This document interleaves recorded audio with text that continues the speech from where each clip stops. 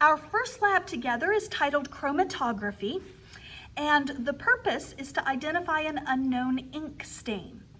So I want you to identify the brand of ink or the type of ink that made a mark. So you get to be a forensic scientist for this lab.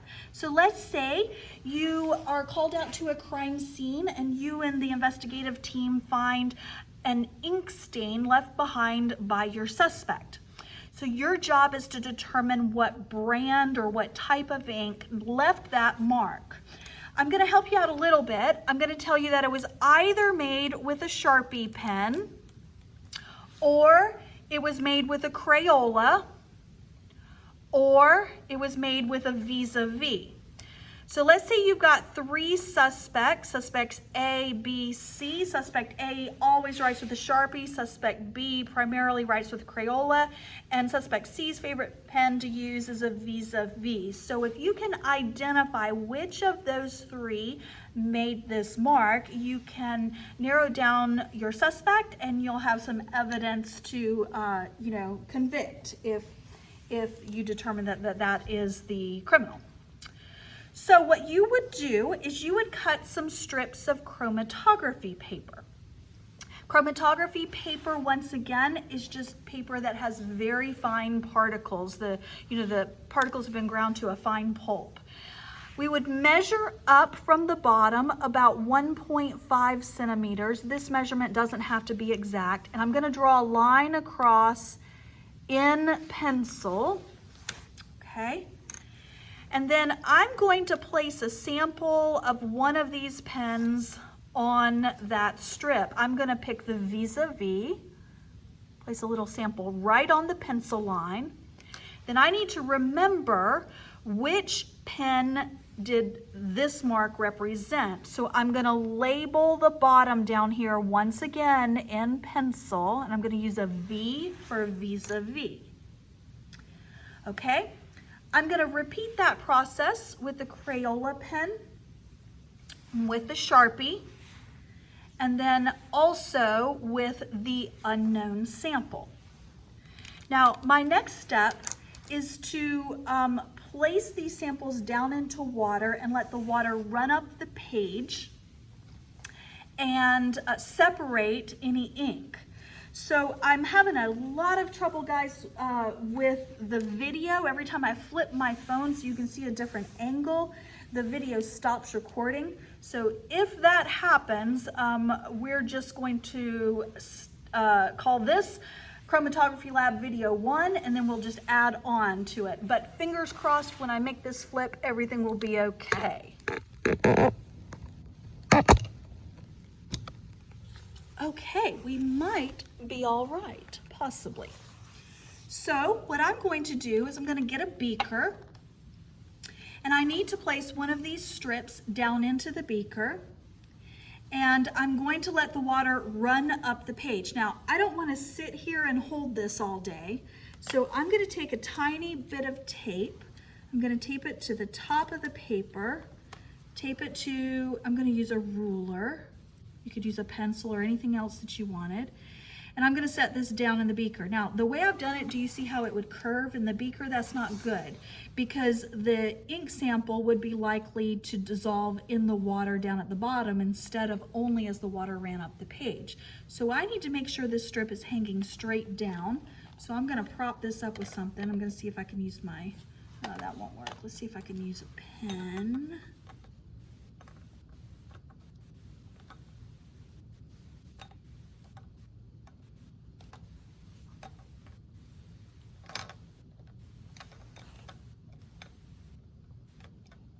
Yep, I think that's good. Okay. So you want it hanging straight down if possible. Nope, it's still unsteady. Give me 1 second.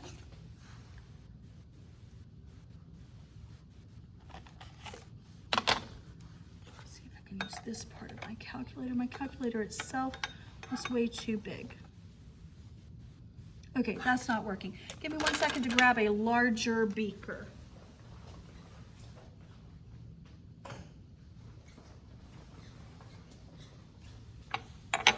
All right, that will do it.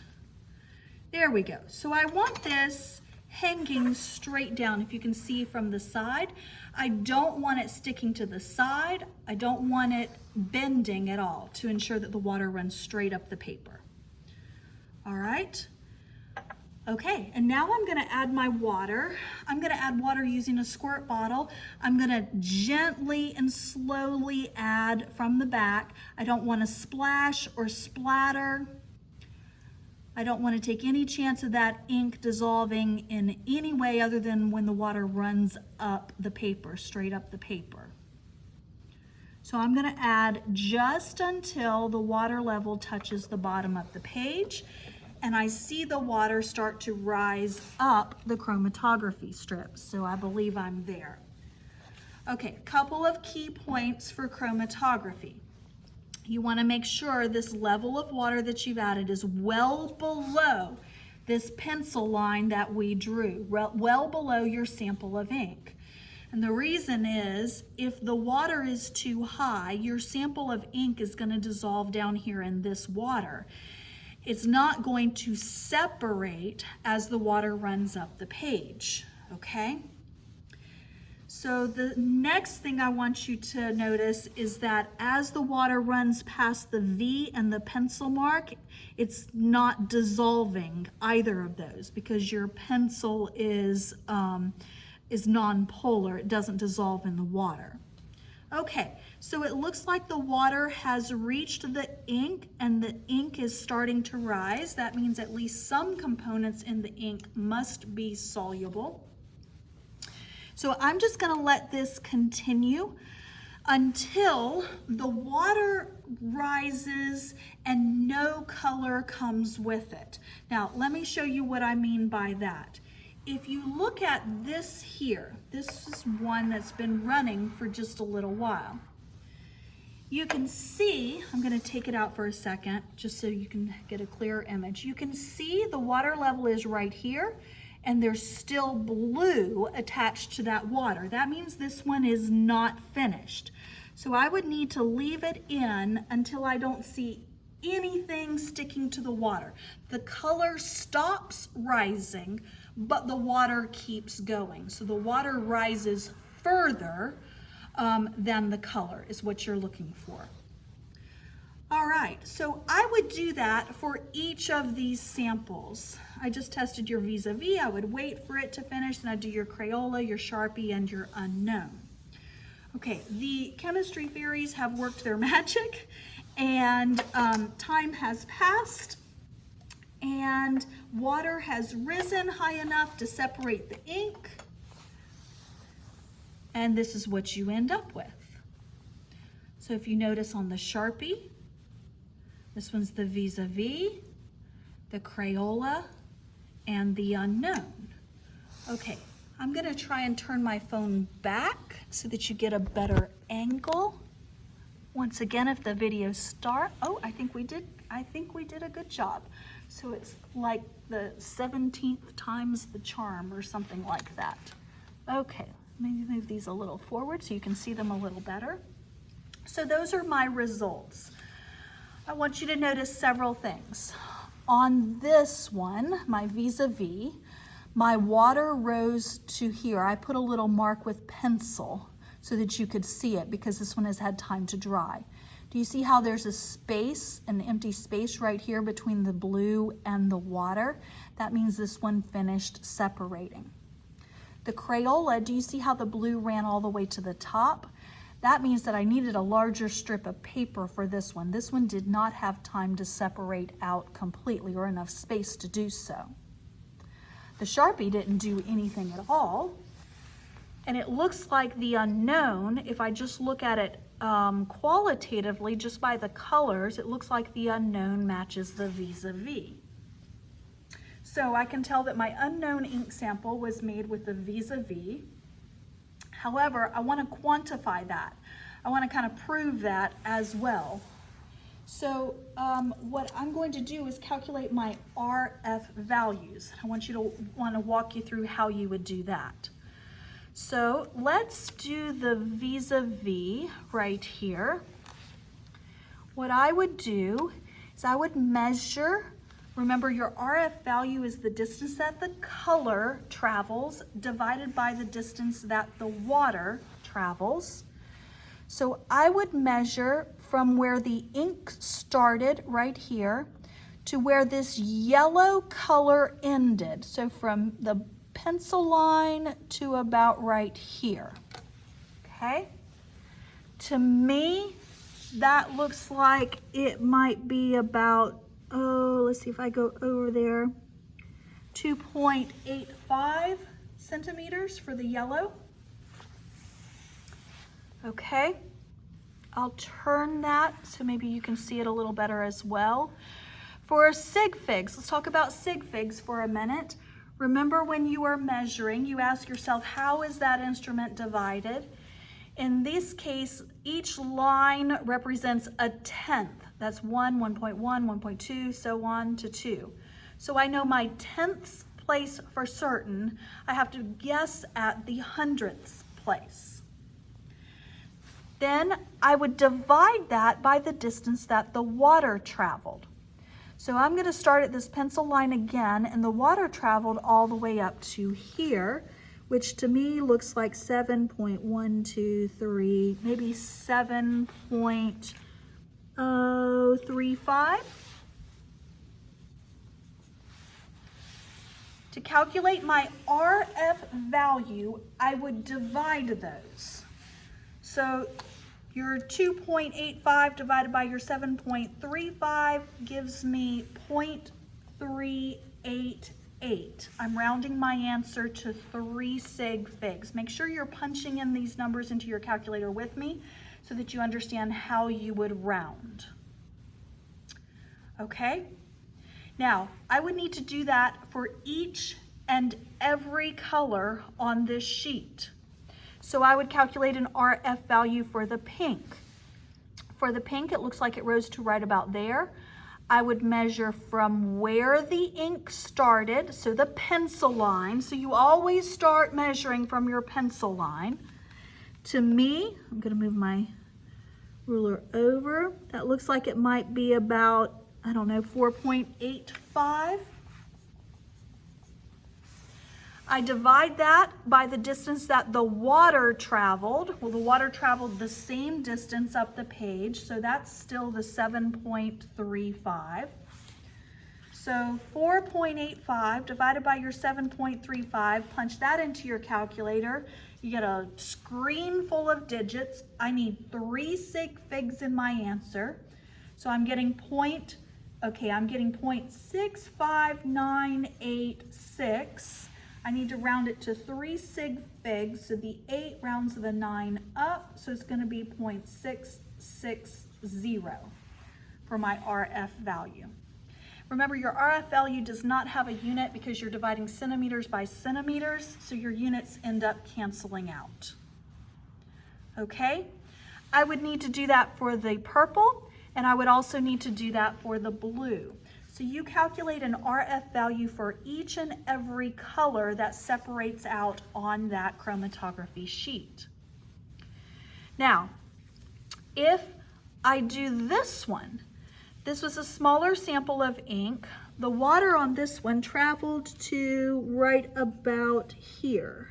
Still looks damp to me. Okay, so I've drawn in a pencil line where the water went. Looks to me like the yellow ended right about there, pink ends there, purple there, and blue there. So I'm going to divide the distance that the yellow travels by the distance that the water travels to get the RF value for this yellow.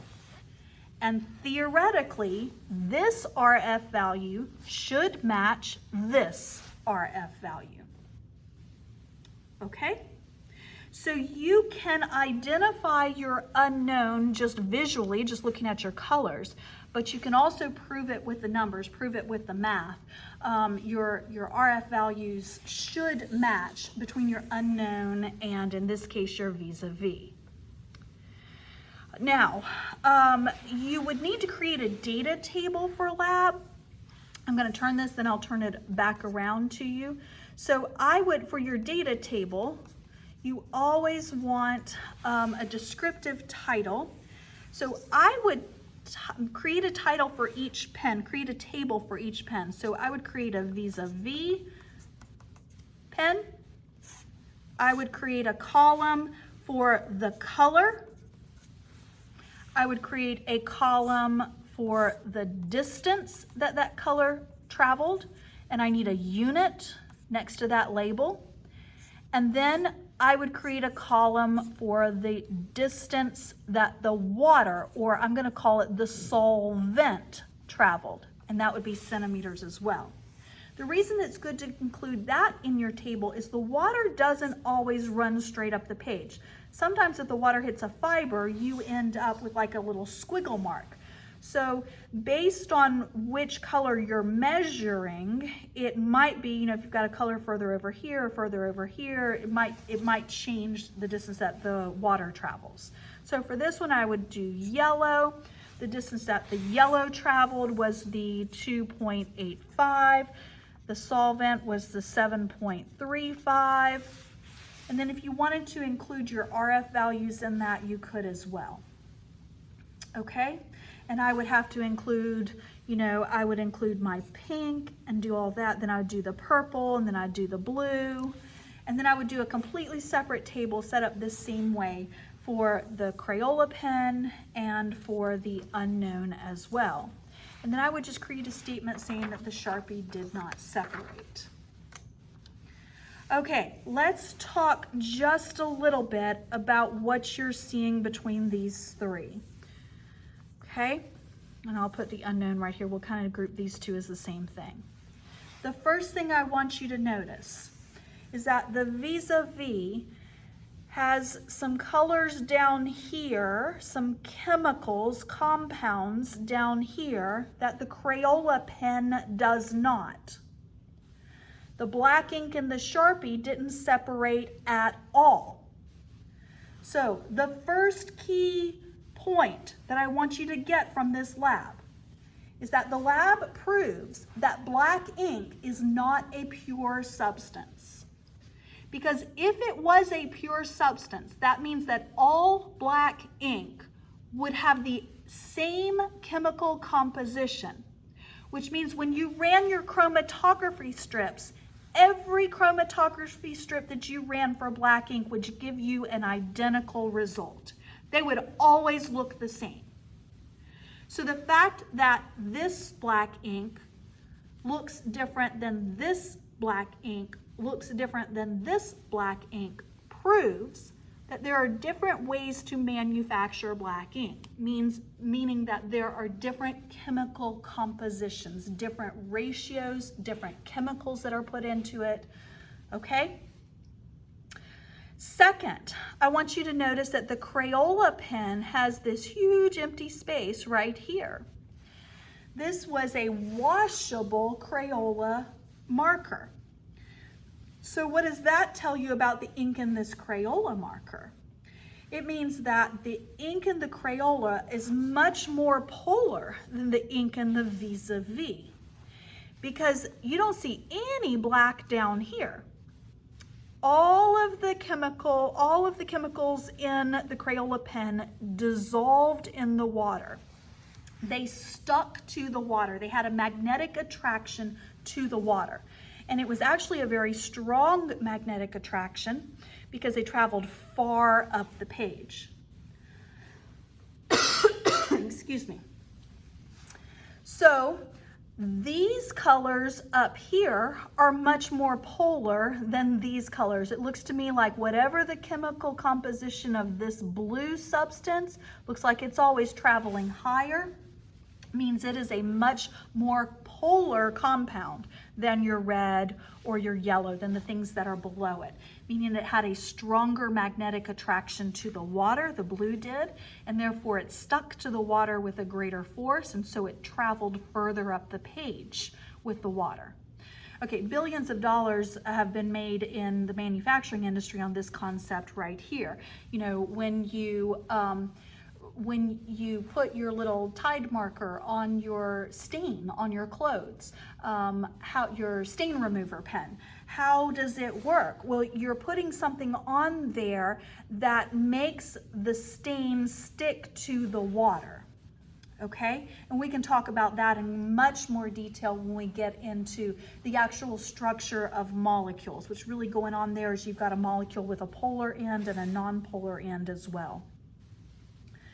So do you want the substance to dissolve in water, or do you want it to be insoluble? And that depends on the application. Crayola markers, typically Crayola markers are used by younger children. So you're gonna have marks all over the place, on hands, on skin, on walls, on clothing. So do you want that to come off quickly in the water, or do you want it to be difficult to get off? Versus if I'm making a sign, do I want, a little splash of water from the lab table to dissolve that ink? Or do I want my sign to be kind of permanent? So what's going on over here is the ink in the Sharpie marker, the chemical composition of that ink, the substances in it, the chemicals in it, are non-polar, meaning that they have no magnetic attraction to water, and therefore water will not separate them. Now you can get it to separate, you just have to use a different solvent, a different liquid in your beaker. You have to get something that this would dissolve in, okay?